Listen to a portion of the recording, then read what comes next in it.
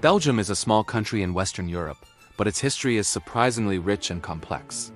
Over many centuries, it has been shaped by different cultures, powers, and political struggles. Because Belgium lies between major European regions France, Germany, and the Netherlands, it has often been a crossroads of trade, ideas, and wars. The story of Belgium includes ancient tribes, powerful medieval cities, foreign rulers such as Spain and Austria, the rise of industry, struggles between language groups, and two devastating world wars. Today, Belgium is well known for being peaceful, multicultural, and the home of the European Union. But reaching this point took a long journey through history. The earliest known inhabitants of what is now Belgium were Celtic tribes, the most famous being the Belgi. These people lived in villages and were skilled in farming and metalwork. They were not unified and often fought among themselves. In the 1st century BCE, the Roman Empire, led by Julius Caesar, conquered the region. The Romans named it Gallia Belgica. Under their rule, towns, roads, and economic networks grew. Cities such as Tongeren and Tournai became Roman centers, and Latin influence would remain important long after the empire collapsed. After the fall of the Western Roman Empire in the 5th century CE, different Germanic tribes moved into the region. The most important were the Franks. Over time, the Frankish kingdom grew into a powerful state that dominated much of Western Europe. The region of modern Belgium became part of the Empire of Charlemagne in the 8th and 9th centuries. When the empire was divided after Charlemagne's death, the area fell into the zone between the emerging kingdoms of France and Germany. This borderland position would shape Belgian history for centuries. During the Middle Ages, Belgium was not a single country. Instead, it was made up of several small feudal states, each with its own rulers. The most significant regions were Flanders in the northwest and Brabant in the center. These areas developed thriving towns such as Bruges, Ghent, and Brussels. Because Belgium lay on major trade routes, these cities became wealthy centers of cloth production, banking, and international commerce. The rise of cities made this area one of the most urbanized regions of medieval Europe. Many towns gained political rights and became largely self-governing. Merchants and guilds played powerful roles in local politics. Conflicts sometimes broke out between the cities and the nobles or between citizens and their rulers, but overall these centuries were marked by economic prosperity. Flanders in particular became known across Europe for its high-quality woolen cloth. English wool was shipped to Flemish cities, where it was turned into fabrics that were sold across the continent. Because of this long-distance trade, the region attracted bankers, skilled workers, and artists. The cultural life of Belgium also flourished during this time. The area played a key role in the development of early Netherlandish art. Painters such as Jan van Eyck and Rogier van der Witten revolutionized European art with their realistic styles.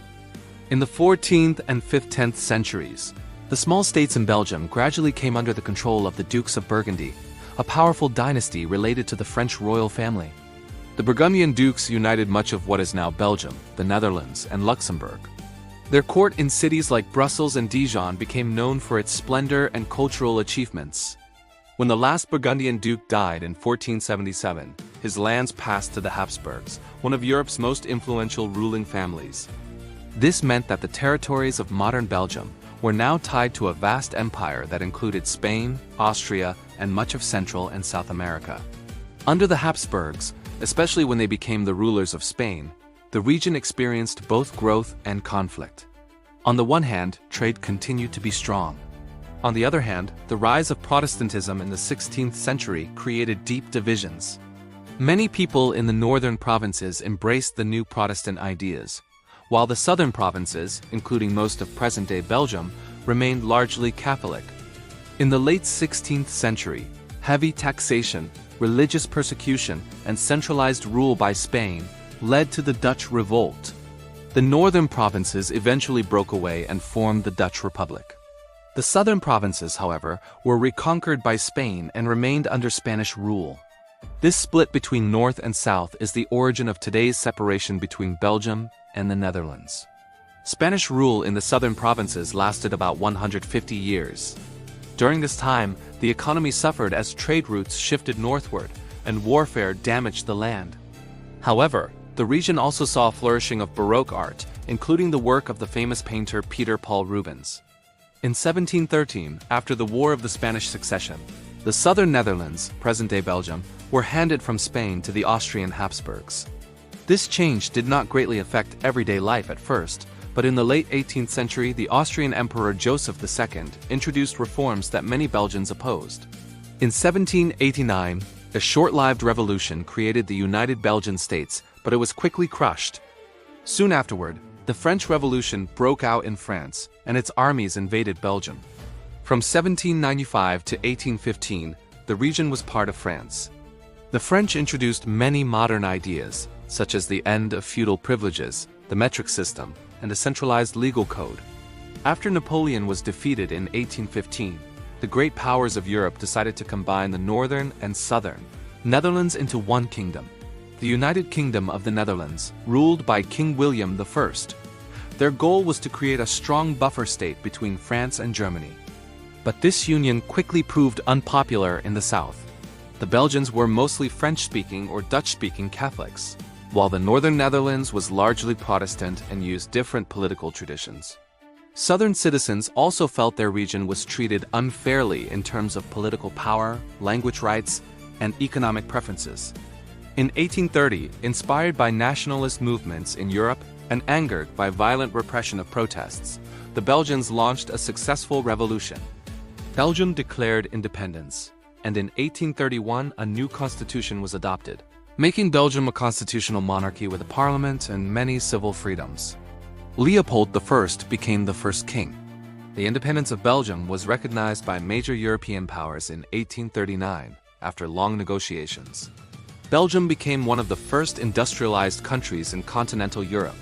Coal mining, steel production, and textile manufacturing expanded rapidly, especially in Wallonia, the southern French-speaking region.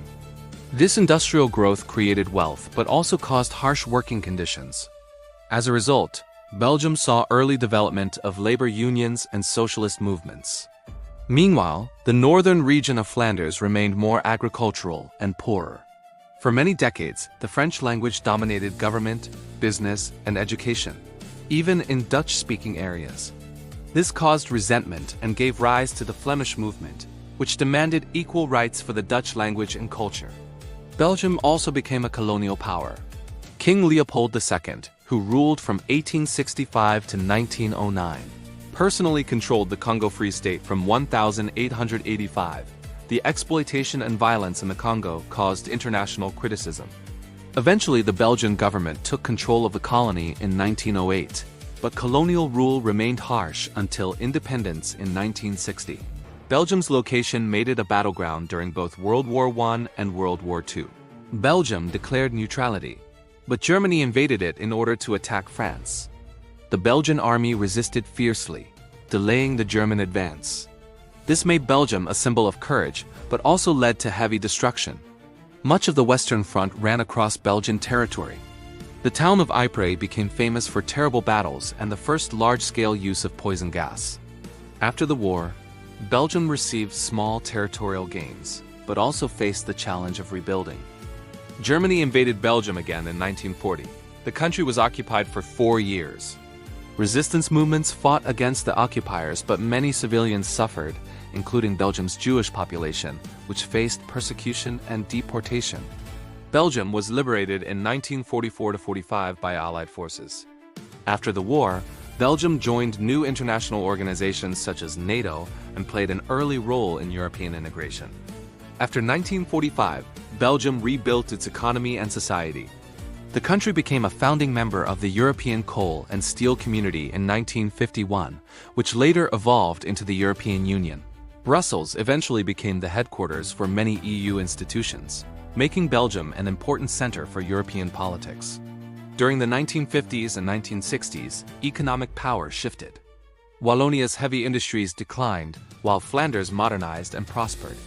As a result, political tensions grew between the French-speaking South and the Dutch-speaking North.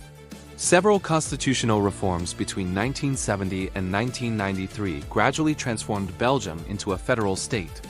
Today, power is shared between the federal government and regional governments for Flanders, Wallonia, and Brussels. Modern Belgium is a complex, multilingual country. Dutch is spoken in Flanders, French in Wallonia, and both languages in Brussels. There is also a small German-speaking community in the east.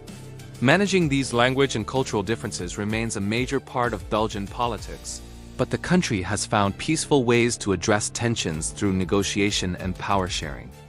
Belgium continues to play an important role in Europe. Its industries include chemicals, technology, services, and food production. Belgian culture, art, music, architecture, chocolate, beer, and comics remains internationally famous. Despite occasional political difficulties, Belgium is known for its high standard of living and strong commitment to democracy. Its history shows how a small nation, built from many influences, can develop a unique identity and a significant place in Europe.